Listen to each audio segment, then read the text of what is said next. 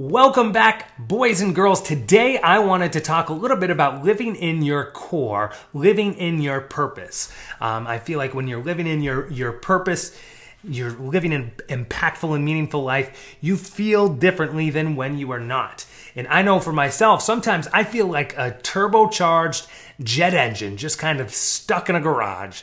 Or maybe I feel like I'm just stuck on a runway, just kind of taxiing away from one spot to the other when I know damn well that I am meant to fly, baby. I am meant to soar. And I just want to say, if you ever have those moments in your life, those are huge warning signs, right?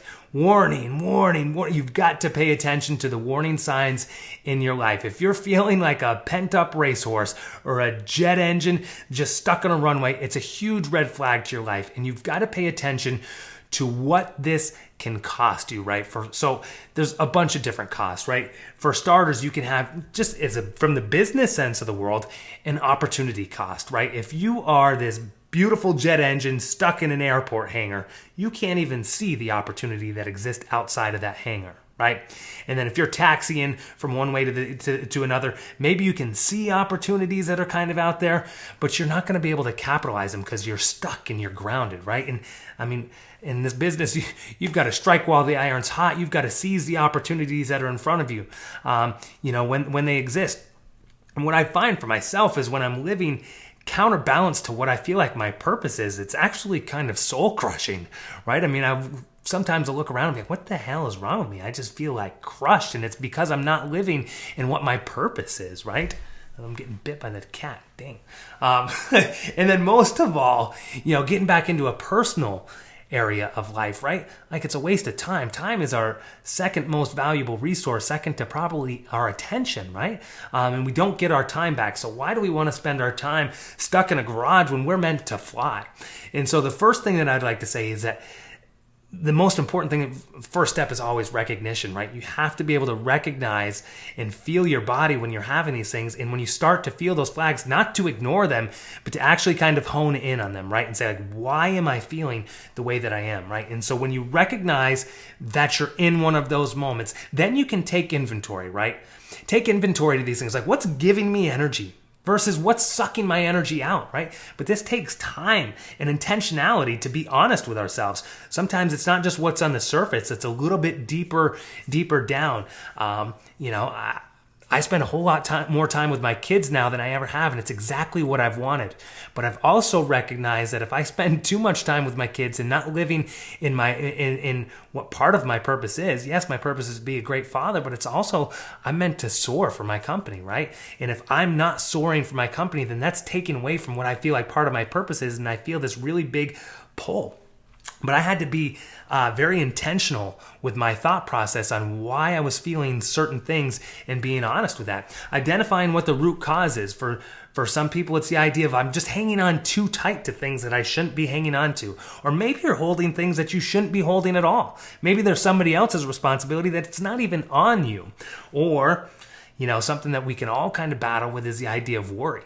Right? Maybe you're holding on to something that you're not supposed to hold on to, which is just senseless worry, right? What was that Sunshine song where they talked about worry, or don't worry? But then it's like, well, you can worry, but just realize that it's as useful as chewing bubble gum and solving an algebra problem, right? So sometimes we're just hanging on to stuff that we're not supposed to. And sometimes the idea of we're not taking care of the things that we're supposed to. So taking that time to recognize it first, and then being intentional about identifying kind of what this root cause is. And then last, identification is nothing without plan and action, right? So develop a plan of, what do I need to do? Once you've identified what's causing that symptom in you, right? Then you can get into developing a plan. We made a video a while back that talked about delegation. You can go back and kind of check that out, of the idea of figuring out what items you can be delegating off of your plate.